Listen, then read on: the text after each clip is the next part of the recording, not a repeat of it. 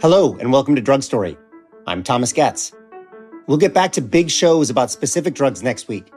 But this week, we're doing a special episode, a conversation with Dr. Eric Topol, the expert cardiologist and researcher. Dr. Topol is the founder and director of the Scripps Research Translational Institute in San Diego. He's the author of the new book, Super Agers. It's a deep dive into the science of aging and longevity, with an emphasis on science. I first met Eric about 20 years ago, just after the Human Genome Project had successfully mapped 3 billion base pairs of DNA. The project seemed like the start of something big. With a deeper understanding of our genetic code, there was so much excitement about personalized medicine. The idea that medicine will be able to treat people based on their specific genetic patterns, allowing earlier and more effective treatment. This was a huge deal. And part of the buzz was that individual drugs would be matched to individual people. Drugs would be more effective and more tolerated because of our DNA. This is called pharmacogenomics, and it was supposed to transform medicine and human health. Well, you may have already guessed where I'm going with this. Here it is, 20 years later, and a lot of that excitement has fizzled. Sure, science has figured out genetic connections on many, many drugs, more than 100 of them. But a lot of those insights are still sitting on the shelf. Very few doctors are actually tailoring their treatments to individual patient DNA in their clinics. I wanted to talk to Dr. Topol about this disappointment, about his career, and how he has always put the science first. He shares the story of Vioxx, a pain reliever that he was early to see carried massive risks for people taking it. Eric put his career on the line to help the world know about those risks. When we talk about longevity and public health and tuberculosis and books and vaccines, it's a really fun and enlightening conversation. I really think that if you're enjoying Drug Story so far, you'll love this episode. We'll be back next week with another regular episode. Okay, here's my conversation with Dr. Eric Topol.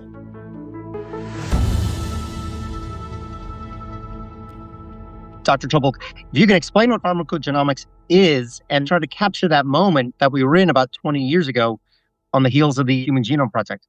Yeah, well, first, Thomas, call me Eric so I don't feel so old, right? Now, back then, when we were just getting going with this early consumer genomics, right? 23andMe and Navigenics were a couple of the first out. We didn't realize how much more we needed to learn. So we were thinking we could predict the risk of people with various common diseases, whether it's different cancers or heart disease or type 2 diabetes. But as it turned out, we only had a very limited cut of the variants in the genome that were linked to the disease of interest for predicting risk. So a lot of miscues were coming out of that. And I think we learned a lot because we learned that some people really did want to learn about their genomics.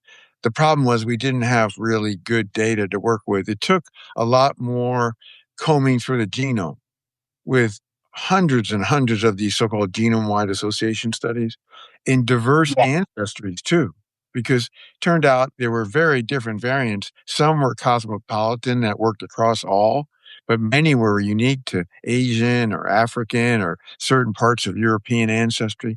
So we learned a lot since then. Now, polygenic risk scores should be used. They should be routine, but they aren't, and it's really unfortunate. The other thing that you were getting at is, what about these variants that would predict our response to drugs? And what's amazing is we still don't do that. And a perfect example that's particularly poignant, there's a skin condition called Stevens-Johnson syndrome, which can be fatal. 1 out of 4 people can die from it. And it's basically from specific medicines that are high risk. One of them is Tegretol, carbamazepine, a frequently used medicine for epilepsy and peripheral neuropathy and other indications. So what we do in this country is like Russian roulette. We give the prescription. We don't get the genomics. Whereas in many other countries, you cannot give the prescription until the genomic data is available. And so, a colleague of mine, his wife wound up in intensive care unit as if she had third-degree burns throughout all her body from the toxic skin reaction and almost died. So that happens because we don't use the data that we know. And over 150 drugs that are approved by the FDA, as you know, maybe it's even 200 by now, have some type of genomic label where we'd be much smarter if we got the genomic data. Some of these are cancer drugs. Some of them are, all over the types of indications. But we don't do it. It's really unfortunate. So you brought up that list, and for, again, kind of sticking in that era of 2010, 2015, the FDA published that list on their website of drugs with pharmacogenomic indications or attributes. And I used to scroll through it when I gave a talk because to me, it was such a powerful symbol of, there were dozens of drugs, as you say, like 150 drugs that had the potential to allow doctors to be better about targeting the medicine, and for good or for bad, right? Use it or don't, going to work, or it's going to be dangerous, or it's not going to work at all. But I looked yesterday and that list is still there. Oh, yeah. Actually, hasn't grown though. Now it's in 3 sections. So I'm going to read here. There's 62 drugs where there's clear value to use with therapeutic recommendations, 22 drugs with potential impact, and then 40 drugs with evidence not established. But I guess there's some hope. But so that list hasn't changed very much, and it's certainly, as I think you were suggesting, it's certainly not worked its way into clinical practice. Right. And the sad part for that is, someday most people will have a whole genome sequence and they'll have that data and they'll have a card in their wallet or purse that tells them that they could have severe reaction to certain drugs or they need higher or lower doses. Like, for example, warfarin, the blood thinner, we could tell from the genotypes what the dose would be instead of futzing around for, weeks to try to find the right dose by trial and error, just if we knew a few different genotypes. But the problem is you have to send these out now. They're very expensive. It takes like a week to get them. So practically, it's just not feasible because, you want to start the medicine and you don't have that information. And by the time you get it and, it's not covered by insurance typically at all. So we've never really embraced the era of pharmacogenomics in this country. It's inevitable someday because some invaluable information there, but we haven't done it yet. And that's sad. So I guess, is this a problem in terms of the research? Is it happening, or is it? Oh, no, it's much more the practical issue. In the clinic? Yeah, yeah, because you see a patient, you're starting this drug, there's a genomic story, but you can't be bothered with it because it takes too long. Typically, in health systems, there's not, you have to send out for, and then maybe 2 weeks you get the answer. I mean, it's just, yeah, very impractical. And there were some exceptions where, like a drug that's commonly used, Plavix. Plavix has a resistance in some people, the P2Y12 gene variant. And then you would go to a different drug. And so let's say you put in a stent and you didn't want that stent to clot. Well, there were some people that, wound up with a stent clot problem just because they didn't get screened for potential resistance.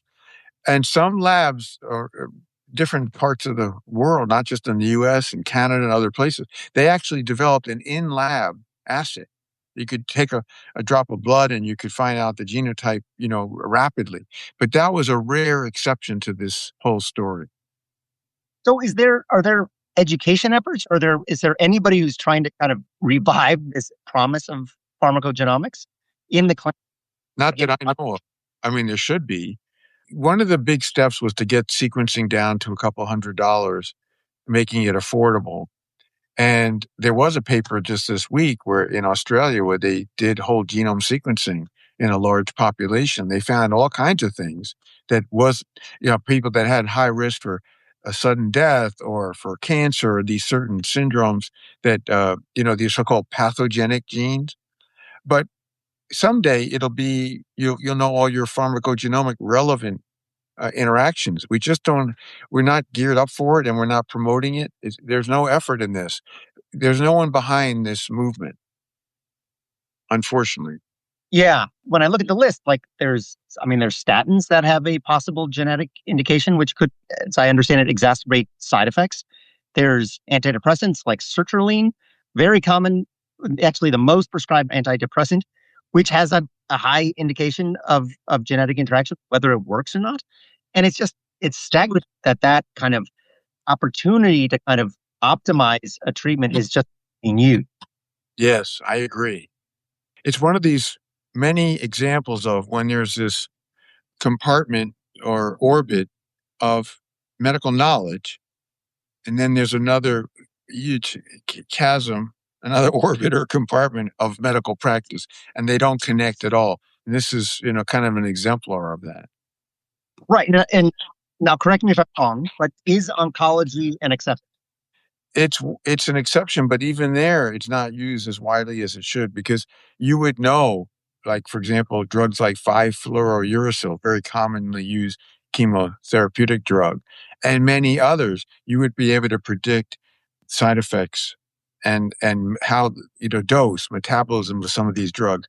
It is used, but that's one specialty that's more leaning in that direction, but still not completely the way it should be, which is, in a systematic fashion. Yeah. Yeah. Well, so we talked about pharmacogenomics. I want to ask you, you have a great life story about the pros and cons of drugs and using drugs in somewhat naive ways to treat very common conditions and the kind of chaos that can emerge. And I think, I think you know what drug I'm talking about, but it kind of changed the course of your career when you decided to stand up and make it clear that this drug that everyone was saying was amazing had some concerns about it. And I just wanted to ask you to tell that story a little bit. Well, it's quite a story. I hate to go back there, but you're bringing up the Vioxx story. And I'll make it relevant again. I'll show you. Okay. So many of the older listeners will remember Vioxx in 2004. It was suddenly taken off the market by Merck.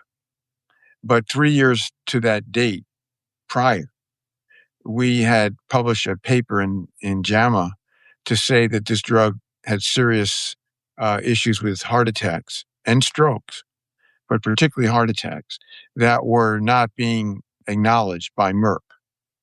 And it was a hot drug because it was far more potent than drugs like Aleve and Advil and aspirin for pain and arthritis.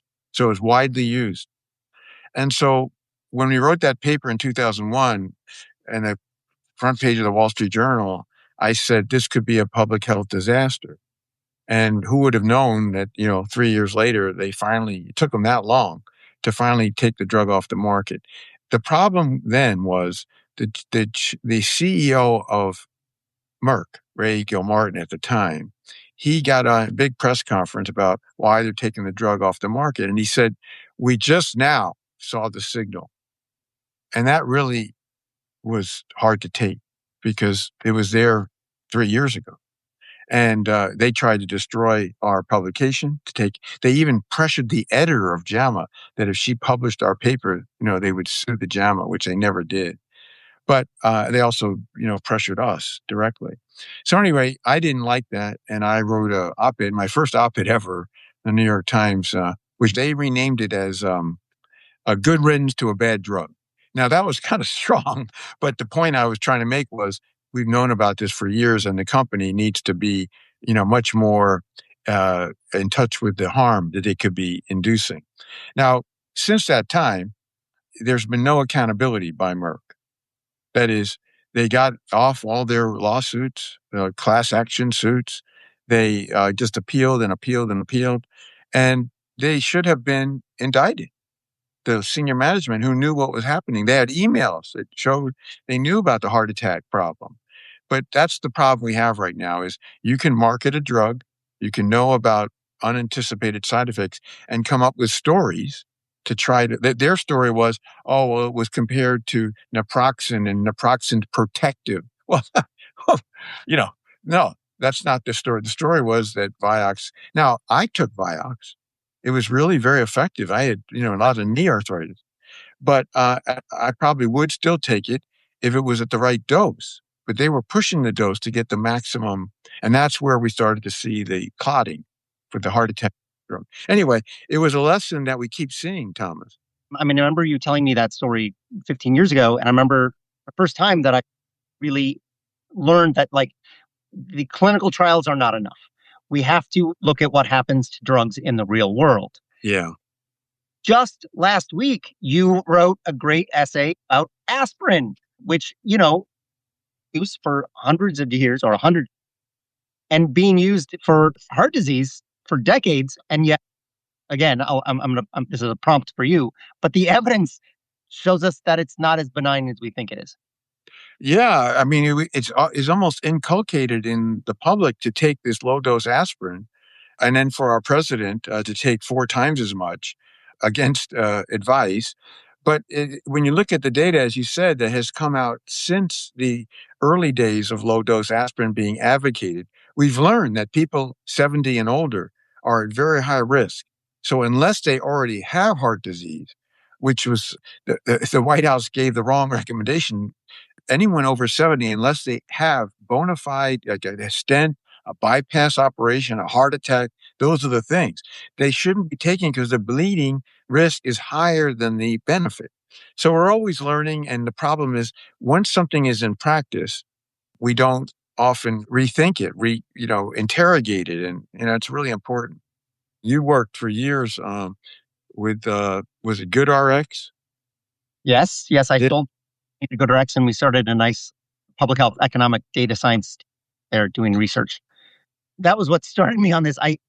As you know, I spent 10 years in startups about prescription drugs, which was not exactly intentional. And I came away with all these notions about drugs and all these kind of half-baked stories about. And then I was like, okay, maybe I just use that as a way to tell these larger stories about where my true interest lies, which is public health and kind of what nerds call the social and commercial determinants of health. So yeah. Well, you come a long way from when I first met you. Wired magazine as a key force in Wired magazine, become a prescription drug guru. So that's very interesting. Well, I like to think it's a progression. Do you have time for a couple more questions? Yeah, go ahead. Okay, good. So along these lines, one of the things I was curious about was, I saw you at a month ago. You were at this Wired event here in San Francisco. I was no longer on the stage. I was out in the audience, but there was a kind of typically Wired enthusiasm for all all the stuff that is in the vogue here. I live in San Francisco, and everybody's all buzz about longevity again. And, and as you know, and as most people don't know, longevity started with public health. Like it was all about sanitation and immunization and basic structures of public health. But now it's all about peptides and protocols and supplements and sales, I think, maybe. Yeah, sales, sell. And all Exactly. these longevity people, supposedly, influencers with whatever expertise, some often none, they're selling. And that means to me they're non-credible. If you're selling a supplement or peptides, any of this stuff, protein bars, I mean, add the whole list. To me, then you've lost your real credibility as a scientist, because you shouldn't be doing that at the same time of you're trying to unravel what is the ways to change the process of biological aging. Well, I agree with you, but you having just written a #1 bestseller, Super Agers, about longevity and the real science. Look, I'm just going to ask: have people asked you to sell supplements and be their pitch man? No, I think they got the message. I think they realized that I would never go near that. And it's really disappointing to see some people that they've done so well in their life and they just can't, do enough to profit. It's sad. But no, I think this is a real problem. And, I can count on, one hand the number of people who are active in health span extension and promoting this that aren't in the business of selling. And they're hucksters. It hurts the field because there's so many good things that are happening right now in the science of aging. But unfortunately, it's contaminated, if you will, from all this stuff. Yeah. Yeah. So let me just ask about, because one of the things that was, to me, as a public health guy, kind of gratifying to hear you on the stage at Wired. They talk about peptides. They ask you about all these kind of very cool things on the vanguard of science. But ultimately, they asked you, like, what do you do? And it came down to very simple, conscientious practices of just like basic prevention, like Yeah. things Yeah. that Yeah. public health has been talking about for decades. That's right. The data to support those basic things has gotten so much stronger, as I reviewed in Super Agers. So we know what foods, what beverages, what sleep quality, all this stuff on, what type of exercise. And, we've learned so much more. And the data to support all these things, some of it through randomized trials or huge prospective long-term follow-up trials. So it's gotten so much more solid. And then we've added all these other factors. I call them the lifestyle plus, but, things like being out in nature and, having social connections and purpose and all these other things that might have been thought of as softer social science, but they have really strong backing now. So yes, but that's not enough because Thomas, as you know, lots of people do all those things. They're religious about it and they still wind up with cancer or heart disease or Alzheimer's. That's why we need to build on lifestyle. And that's what the whole book was about, was how we can use these other layers of data, these proteins and biomarkers, genetics and exposures and on, to use multimodal AI to then predict and prevent. And that's where we're headed. And that's what I'm really excited about. And I have one last question for you. You wrote a book about tuberculosis. Yep. Okay. And I thought that was really remarkable because that was different than a lot of the other things you wrote about. Then this other guy wrote a book on tuberculosis. Yes. And been on the bestseller list for years. What Well, the hell's going on there? let me just say, so my book, I appreciate you mentioning it. It's called The Remedy, which is about Yeah. the germ theory of disease and Yeah. the history of tuberculosis, and in particular, the invention of Sherlock Holmes. So if you like historic kind of true to life medical mysteries, that for you. The current bestseller is by John Green, very famous author, more famous than me, and more famous than both of us put together. And he wrote a very good book, an excellent book about tuberculosis in the present day. He was very generous. He cited my book at length. He called it brilliant, which I'm willing to tell anyone else. But as I always say, it's better to be on the bestseller list than to be referred to in a. Well, what is it about that book besides the fact that he's so established that made that such a, I mean, here it is years later. I don't see the public reading about tuberculosis so much. What is it that made it such a big book? Well, and not mine. Yeah. Yeah. All right. My book did great. Okay. Okay. But this book is like, I'm still seeing every week I look at the Yeah. list. No, I grant you. I was not number one bestseller for 6 months. So he's a marvelous storyteller. Okay. Okay. An Okay. exceptional storyteller. He has a narrative. His narrative is about a young man he met in Africa. So it's an incredible, and he has a very strong personal relationship to this guy. I forget his name, but that becomes really the through line book.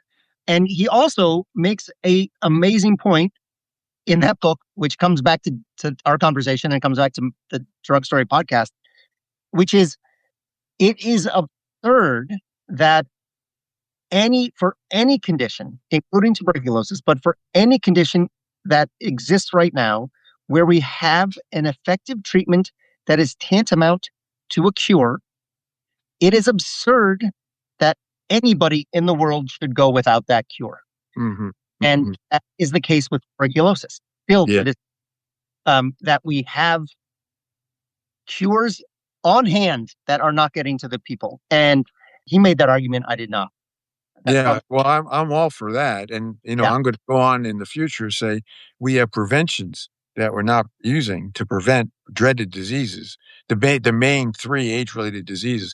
But I guess what you've told me that I get out of that is the Michael Lewis storytelling uh, talent helps a lot. Yeah. Well, again, I consider myself a very gifted storyteller. but Okay, but yeah, he's a machine. He's a force. Um, okay, it's like, because I mean, like when anybody writes a book about tuberculosis, particularly, in the United States or someplace in a high-income country, you don't usually see it, become, uh, the- uh, you know, this big. let's say he's the Beatles and I'm Inks. So I have my audience, but it's I would just go back and say, you brought up the Vioxx thing. It's something I try not to think about because it was such a tough time in my life.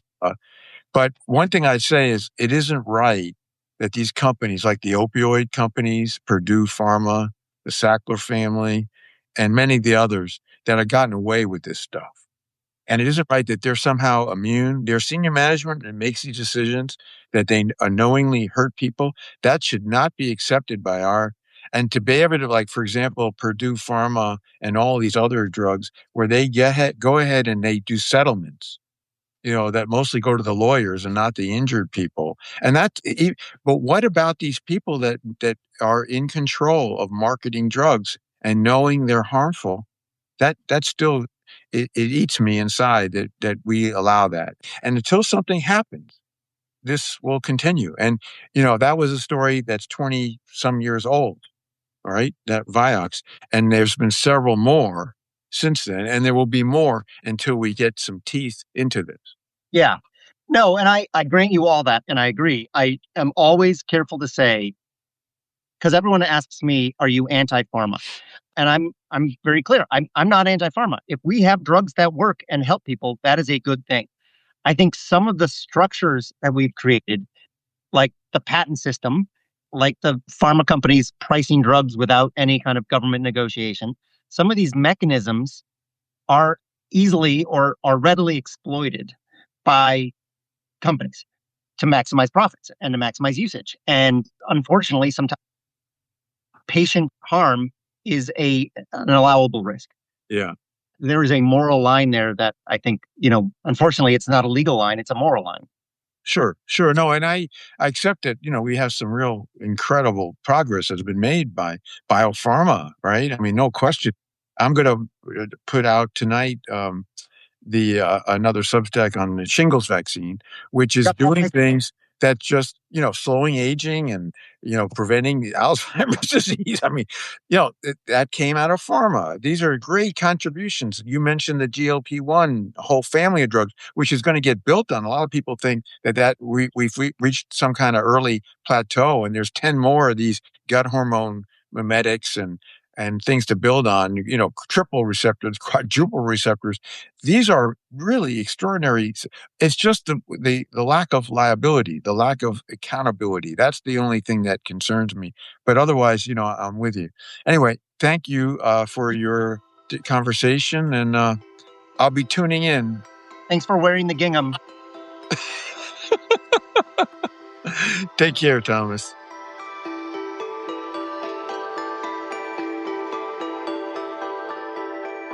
Okay, that's it for this bonus episode of Drug Story. Drug Story was created, written, and hosted by me, Thomas Getz. Molly Warner is our research director. From Reasonable Volume, Rachel Swaby produced and sound designed this episode. Mark Bush is our engineer. Thanks to Dr. Eric Topol. You can find his Substack at erictopol.substack.com. And Drug Story is an independent production. If you would like to support our work, contact us at drugstory.co. You can also subscribe to our Substack there and be notified when new episodes come out. Listening to this episode of Drug Story might cause you to get vaccinated, take a DNA test, and ask your doctor if you should really be taking low-dose aspirin. We recommend that you avoid longevity hucksters, trust nature as well as nurture, and read The Remedy. It's an amazing book about the germ theory of disease and tuberculosis.